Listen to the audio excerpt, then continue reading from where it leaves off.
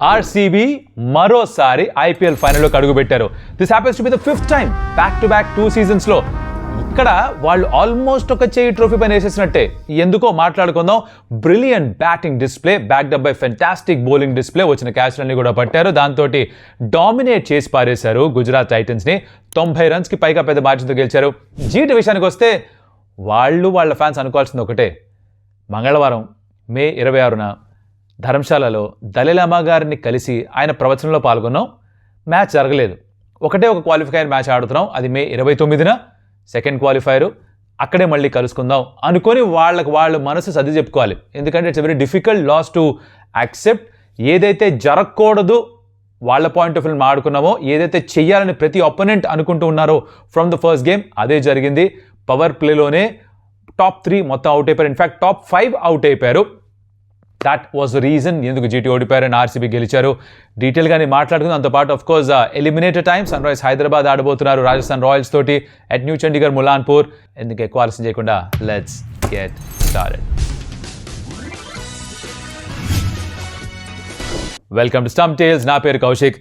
అంటే వేసుకున్న టీషర్ట్ బట్టి ఏ టీంకి సపోర్ట్ చేస్తున్నావు అని చెప్పి కూడా డిసైడ్ చేసేస్తున్నారు జనాలు. అందుకని ఎతికి మరి గ్రీన్ వేసుకున్నా. ఎవరికి లేదుగా ఈ కలరు. ఏమా బంగారాలు ఉందా? మీరు ఈస్మాల్ ముజాహిదీన్ గ్రూప్ కి చెందినవారా? ఇంజమాముల కంటే ఈ క్రికెట్ ఆడతాడే ఆయనేగా. అంటే మీకు క్రికెట్ బెట్టింగ్స్ తో సంబంధం ఉందా? ఇప్పుడు పాకిస్తాన్ అనకంటారా బాబు, పురుగులు పెట్టి పోతారు అలా అన్నారంటే మీరు. ఐపీఎల్ గురించి మాట్లాడుతున్నాం ఇక్కడ మనం. సరే, జరిగిందండి మ్యాచ్లో. అంటే ఆల్ జోక్స్ అపార్ట్, ఆర్సీబీ వాళ్ళు డామినేట్ చేస్తారు ఈ మ్యాచ్ని. అంటే ప్లే ఆఫ్ క్వాలిఫైర్ 1 ఆడుతూ ఏ విధంగా అయితే ఆడారో, ఫస్ట్ ఆఫ్ ఆల్ మనం స్కోర్ ఏంటో చూసుకుందాం. 254 స్కోర్ చేశారు వాళ్ళ దగ్గర 20 ఓవర్స్లో. That's a massive score. Toss ఓడిపోయిన తర్వాత they were asked to bat first. 254 score చేశారు. అండ్ ఇన్ రిప్లై 162 మాత్రమే చేశారు గుజరాత్ టైటన్స్ వాళ్ళ దగ్గర ఉన్న 20 ఓవర్స్లో. ఇన్ఫ్యాక్ట్ ఆల్అౌట్ అయిపోయారు. దాంతో 93 పరుగుల మార్జిన్తో గెలిచారు RCB. And they walk into, in fact storm into the finals. Good luck to RCB and their fans for that. But of course మిగతా వాళ్ళు గెలవలేరని కాదు, ఒకసారి మాత్రమే ఎలిమినేటర్ నుంచి గెలుచుకుంటూ వెళ్ళి ఒక టీం గెలిచింది. అది 10 సంవత్సరాల క్రితం చేసిన team. You're right, Sunrise Hyderabad. But it's about this game, this brilliant game for RCB. దాని గురించి మాట్లాడుకోవాలి. డీటెయిల్స్లోకి వెళ్ళిపోదాం. టాస్ ఓడిపోయారు. Were there any surprises? Playing 11s and 12s కాంబినేషన్లో కనుక ఆలోచిస్తే for GT for sure Kulwant Kejriwal తీసుకొచ్చారు. ఇది out of the box, out of the blue. నేను ఎక్స్పెక్ట్ కూడా చేయలేదు. ఫస్ట్ బ్యాటింగ్ చేయమన్నారు. టిపికల్గా వీళ్ళు ఆడిన 8 మ్యాచ్ల్లో కూడా 4 ఆల్ అన్న హెడ్ టు హెడ్. ప్రతి మ్యాచ్ కూడా చేజింగ్ టీమే గెలిచింది. ధర్మశాలలో కూడా చేజింగ్ గ్రౌండ్గానే పేరుంది. So everything went GT's way at the toss or till the toss. దాని తర్వాత మొత్తం మెటాష్ మంగళగిరి అయిపోయింది. ఎందుకంటే స్టార్ట్ చేసినప్పుడే వెంకటేష్ గారు కొంచెం అగ్రెసివ్గా స్టార్ట్ చేశాడు. ఎక్కువసేపు లేడు, కానీ దాంట్లో ఉన్నంతలోనే 7 బాల్స్లో 19 స్కోర్ చేశాడు తను. Virat Kohli got a good start. 43 తను స్కోర్ చేశాడు. ఈ was going great guns. Devdutt Padikkal కూడా స్టార్ట్ దొరికింది, తను 30 స్కోర్ చేశాడు. సో అది సెట్ చేసింది మొత్తం మ్యాచ్ని. Because understand this, power play దాకా 6 ఓవర్స్లో 76 స్కోర్ చేశారు. They going great, right? Next 8 ఓవర్స్లో 64 మాత్రమే స్కోర్ చేశారు. So they pulled it back to 8 per over. So 14 overs అయిపోయేసరికి ఓకే బ్యాలెన్స్లో ఉంటుంది గేమ్. అక్కడి నుంచి మొదలైందయ్యా. బికాస్ తర్వాత 6 ఓవర్స్లో ఫ్రమ్ ఓవర్ 15 to 20 114 పరుగులు స్కోర్ చేశారు ఆర్సీబీ. చీల్చి చెండాడారు GT bowling. Of course they didn't help their own cause because they drop catches. Rajat పడిదాన్ని 14 పైన 20 పైన క్యాచ్లు డ్రాప్ చేశారు. కొన్ని ఓవర్ త్రోస్ జరిగాయి. Not their best fielding display for GT. Bowlers ఇబ్బంది పడ్డారు. ఎందుకు ఇబ్బంది పడ్డారు కూడా మాట్లాడుకోవడం అవసరం. అహ్మదాబాద్లో ఆడుతున్నప్పుడు కొంచెం పిచ్లో జ్యూస్ ఉంటుంది, విచ్ మీన్స్ దట్ బౌలర్స్కి కొంచెం హెల్ప్ ఉంటుంది. బాల్ కొంచెం ఫ్లై అవుతుంది. They some movement off the pitch. దాన్ని ఉపయోగించుకున్నారు both Mohammed Siraj and Kagiso Rabada. అన్ని టీమ్స్కి ఉంటుంది. But it's about how you utilise the conditions. అంటే ఇప్పుడు ఎలా అంటే మీకు ఫుల్ టాస్ వస్తే సరిపోదు, దాన్ని బౌండరీ కూడా పంపించాలి కదా. అలాగే మంచి పిచ్ ఉంటే సరిపోదు, ఈజీ పేపర్ వస్తే సరిపోదు, మీరు కరెక్ట్గా ఆన్సర్స్ అన్నీ కూడా రాయాలి. మీరు ఇంకా తప్పు చేస్తే ఎవడేం చేయలేడు దానికి. అలాగే మంచి పిచ్ ఉన్నా కూడా, బౌలింగ్ ఫ్రెండ్లీ పిచెస్ ఉన్నా కూడా దానికి తగ్గట్టుగా బౌలింగ్ వేయగలగాలి.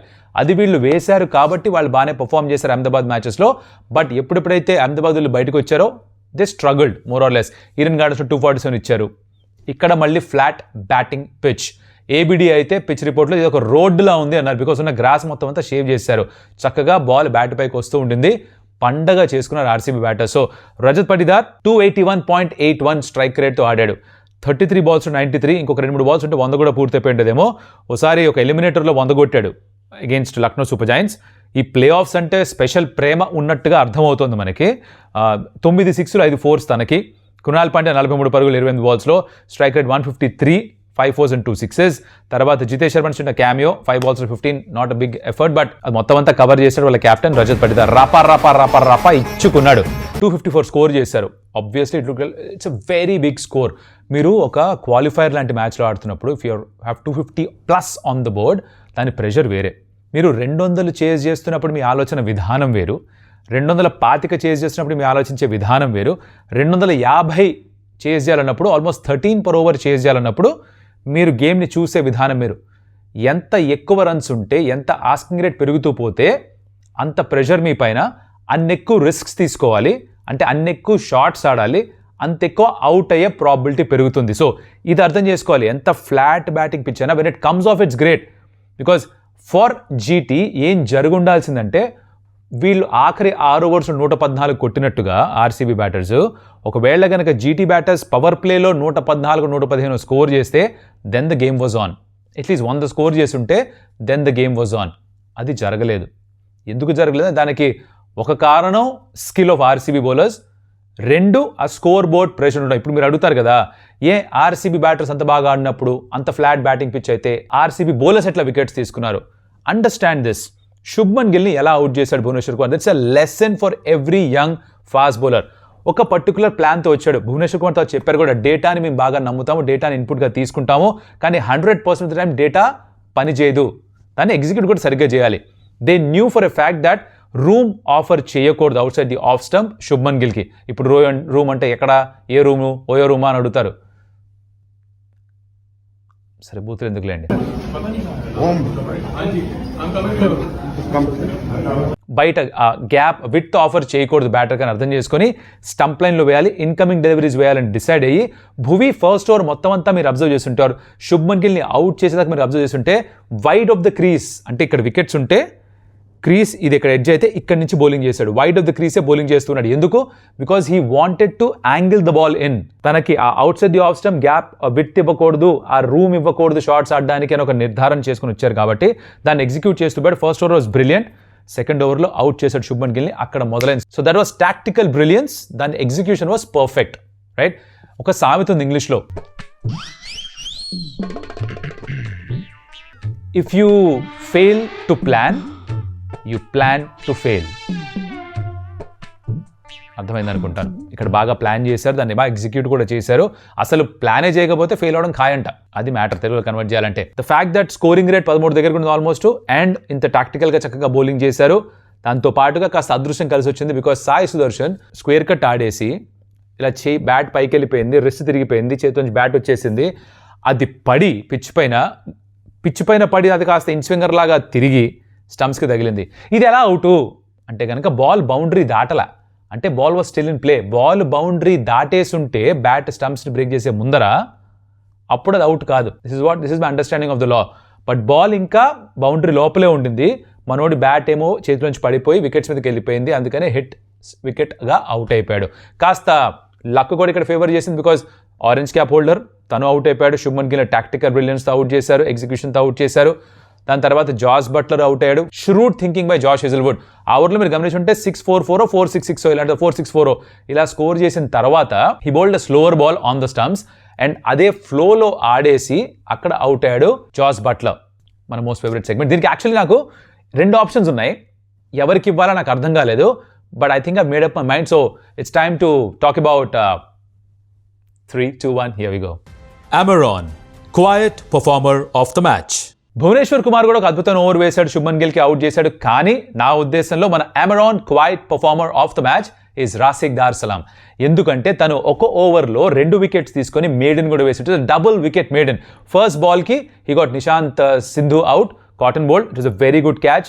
ఫాలో త్రూలో మీరు అటువైపు వెళ్ళి క్యాచ్ పడడం అంత ఈజీ విషయం కాదు, లీడింగ్ క్యాచ్ జడ్జ్ చేసి అది బాగా పట్టాడు. దాని తర్వాత జేసన్ హోల్డర్ని అవుట్ చేశాడు, అండ్ రన్స్ కూడా ఇవ్వలేదు. So I think that particular over విరిచేసింది కంప్లీట్గా. అంటే ఏమైనా కొంచెం అవకాశం ఉంది, ఒక అవుట్ సైడ్ ఛాన్స్ ఉంది, జీటీ కనిపించింది కూడా బ్రేక్ చేశాడు. 6th over of the power play అది, 2 వికెట్స్ ఇస్తాడు. అప్పటిదాకా టాప్ 3 ఎలాగో అవుట్ అయిపోయినాడు. So far me the Amaron quiet performer of this match is Rasikh Dar Salam. నాకు అన్నట్టుగా భువిని కూడా కన్సిడర్ చేశాను, బట్ మీ ఉద్దేశంలో ఎవరో you can let me know who's the Amaron quiet performer of the match.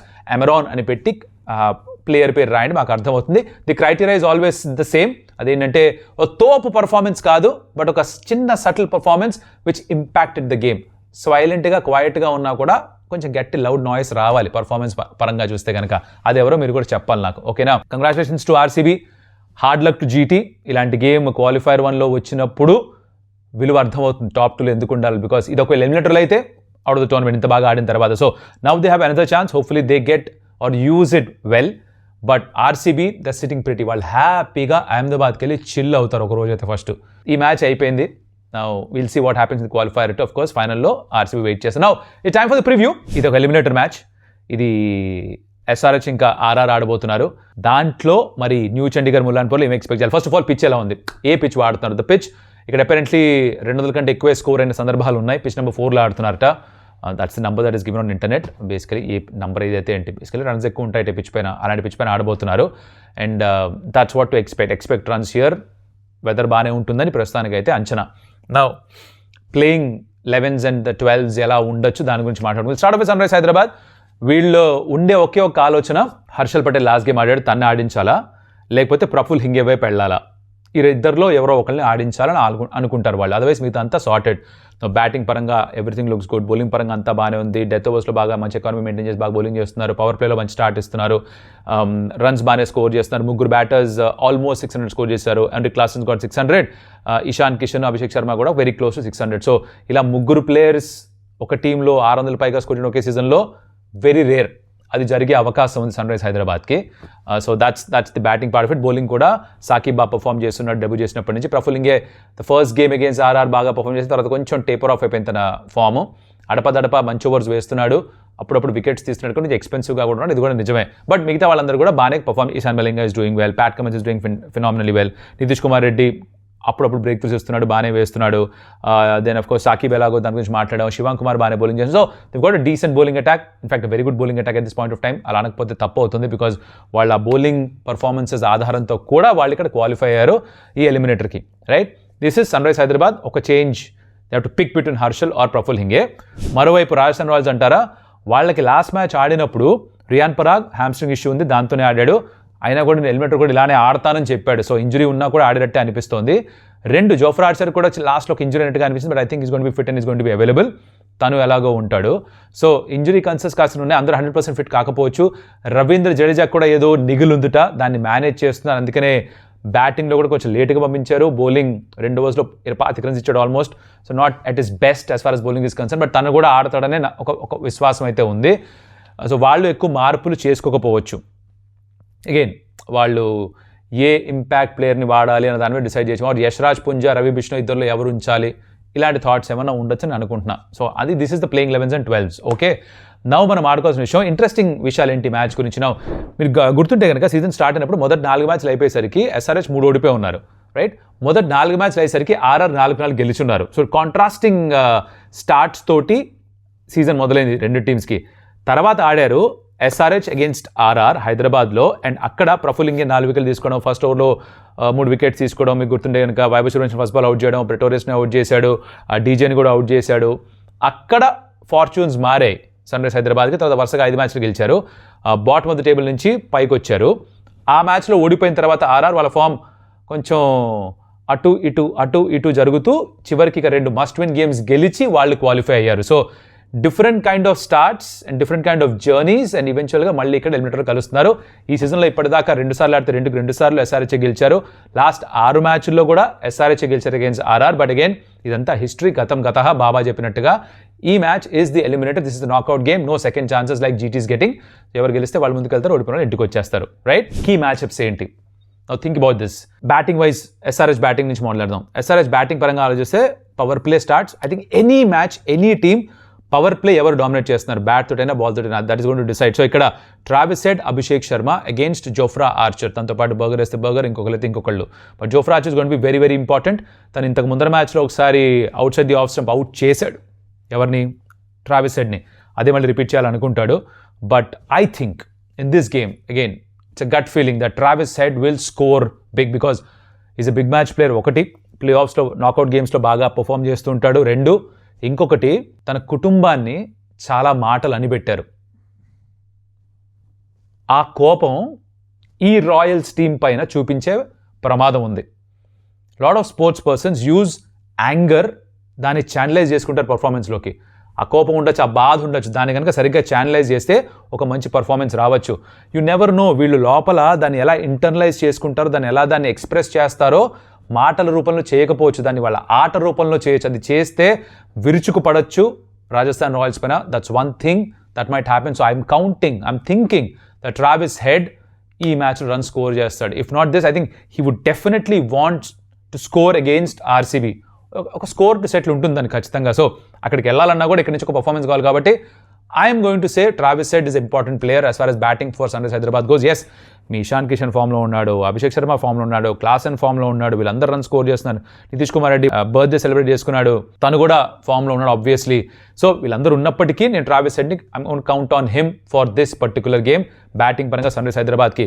On the other side Rajasthan Royals bowling అంటారా, Jofra ఆర్చరే వాళ్ళకి మోస్ట్ ఇంపార్టెంట్ వెపన్, వాళ్ళ ఆయుధం తనే. క్రితం మ్యాచ్లో కూడా 3 for 17 4 ఓవర్స్లో బ్రిలియంట్ బాల్ వేశాడు రోహిత్ శర్మకి. He came back and took another wicket also. I think he's the star for them. Slower balls మీద ఎక్కువ ఫోకస్ చేయట్లేదు, ఫాస్టెస్ట్ వేస్తూ పోతున్నాడు. 150 క్లాక్ చేస్తున్నాడు కన్సిస్టెంట్గా. మళ్ళీ అదే చేసే ప్రయత్నం చేస్తాడు. కొంచెం హెల్ప్ ఉన్నా కూడా, కాస్త బాల్ మూవ్ అవుతుందన్నా కూడా is gonna be deadly dangerous. తనని కౌంటర్ అటాక్ చేస్తారా? ఇందు ముందర మ్యాచ్లో కూడా చూసాం, కొన్ని సందర్భాల్లో కొంచెం ఎక్స్పెన్సివ్గా ఉన్నాడు జోఫ్రా ఆర్చర్. వికెట్స్ రానప్పుడు ఎక్స్పెన్సివ్గా మారుతాడు. So you can take him on. ఆ పేస్ని మీ వైపు ఉపయోగించుకోవచ్చు. I always keep saying this, pace అన్నది రెండు వైపులా పదునున్న కత్తి లాంటిది. కొన్ని సందర్భాల్లో బౌలర్కి వెళ్ళిపోతుంది, కొన్ని సందర్భాల్లో బ్యాటర్కి వెళ్ళిపోతుంది. బికాజ్ పేస్ యూజ్ చేసి ఓవర్ థర్డ్ మ్యాన్ స్లాష్ చేయొచ్చు, పేస్ యూజ్ చేసి ర్యాంప్ ఆడొచ్చు, పేస్ యూజ్ చేసి ఈ ల్యాప్ షాట్స్ ఆడొచ్చు. You can do that. ఎప్పుడు డౌన్ ద వికెట్ కొట్టాల్సిన పని లేదు. సో స్మార్ట్గా ఆడితే ఆ పేస్ని ఉపయోగించుకోవచ్చు both Travis head and Abhishek Sharma and anybody else that follows. So that going to be the deciding battle for me. Batting versus bowling చూస్తే కనుక if you flip it around, RR బ్యాటింగ్లో వైభవ్ సూర్యవంశీ, జైస్వాల్ ఈ combo. More importantly Vaibhav Suryavanshi first match ఆడినప్పుడు against SRH first ball out అయిపోయాడు. తర్వాత మ్యాచ్లో 30 balls 100 కొట్టాడు. Round 3 ఇప్పుడేం చేస్తాడు Vaibhav Suryavanshi against the sun rise Hyderabad bowlers? Will have to wait and see, right? Donovan Ferreira అక్కడ ఎప్పుడైతే 5 down for 9 అలాంటి జరిగిందో అక్కడ ఒక ఇంపార్టెంట్ నాక్ కొట్టాడు. అక్కడి నుంచే తన కాన్ఫిడెన్స్ పెరిగింది. So he would carry those good memories in to this game against sun rise Hyderabad. So ఫినిష్లో తను ఉంటాడు. లాస్ట్ మ్యాచ్లో నంబర్ 7లో ఆర్ట్స్ని పంపించారు. ఈసారి ఏం చేస్తారని కూడా చూడాలి. DJ's been in good form. But again వీళ్ళల్లో నాకు I think count on or look at Vaibhav Suryavanshi. తను is a high impact player. తను ఒక 10 overs ఆడాడా వాళ్ళకి కావాల్సిన స్కోర్ వచ్చేస్తుంది. 53 6 మీద ఉన్నాడు ప్రస్తుతానికి. ఇంకొక 7 స్కోర్ చేస్తే lower take Chris Gayle for most number of 6 in a season. ఇప్పటికే బ్లాక్ బస్టర్ సీజన్ వైభవ్ సూర్యవంశీకి. తను అలా ఆడుతున్నాడు కాబట్టి జైస్వాల్ కాస్త ఓవర్ షాడో అవుతున్నట్టుగా అనిపిస్తోంది. So he also has a point to prove. So ఇలా ఉండబోతుంది. వీళ్ళని ఆపే బౌలర్స్ ఎవరు? Pat Cummins it's going to be very important. And Eshan మలింగాతో స్టార్ట్ చేశాడు మీకు గుర్తుంటే క్రితం ఆర్సీబీ గేమ్లో, because you wanted to restrict them to particular score. So it all depends on ఎంత స్కోర్ ఉంది, ఎలా యూస్ చేద్దాం అనుకుంటున్నాడు. యశాంత్ మలింగాని పవర్ ప్లే 6th over కావాలా, డెత్లో కావాలా, అప్ ఫ్రంటే యూస్ చేయాలా, ఈ థాట్ ప్రాసెస్ ఉండొచ్చు. But Pat to start off, I think Pat Cummins will be key in that power play. Let's ఏం జరుగుతుందో. It be very interesting match. ఎవరిది అడ్వాంటేజ్ అంటే recent form చూసినా, ఆఖరి 6 matches చూసినా, ఎలా క్వాలిఫై అయ్యారో చూసినా, ఓవరాల్గా బ్యాటింగ్ స్ట్రెంగ్స్ చూసినా, బౌలింగ్ స్ట్రెంగ్స్ చూసినా కూడా ఎస్ఆర్హెచ్దే పై చేయనట్టుగా అనిపిస్తుంది at this point of time. కానీ అగైన్ ఆన్ పేపర్ ఇది పర్ఫార్మెన్స్ ఏం జరుగుతుందో చూడాలి. I think slight advantage to SRH, but RR can surprise them. They have the talent to surprise them. వాళ్ళు స్టార్ట్ చేసిన విధానానికి ముందుగానే క్వాలిఫై అయిపోయిన వాళ్ళ క్యాప్టెన్ చెప్పాడు. కానీ వాళ్ళ క్యాచింగ్ సరిగ్గా లేకపోతే ప్రాబ్లం. ఎవరికైనా సరే ఎస్ఆర్హెచ్ కన్నా క్యాచింగ్ సరిగ్గా లేకపోతే problem. Who feels better, who takes all their catches, power play ఎవరు డామినేట్ చేస్తారు, టాస్ ఎవరు గెలుస్తారు, all this could be my crucial factor. So while I think SRH పై చేయి. లెట్స్ సీ ఏం జరుగుతుందో. మీరేమనుకుంటున్నారు? ఏ ప్లేయర్ ఇంపార్టెంట్ అవుతారని మీరు అనుకుంటున్నారో? My pick is Travis Head for the batting unit of sun rise Hyderabad.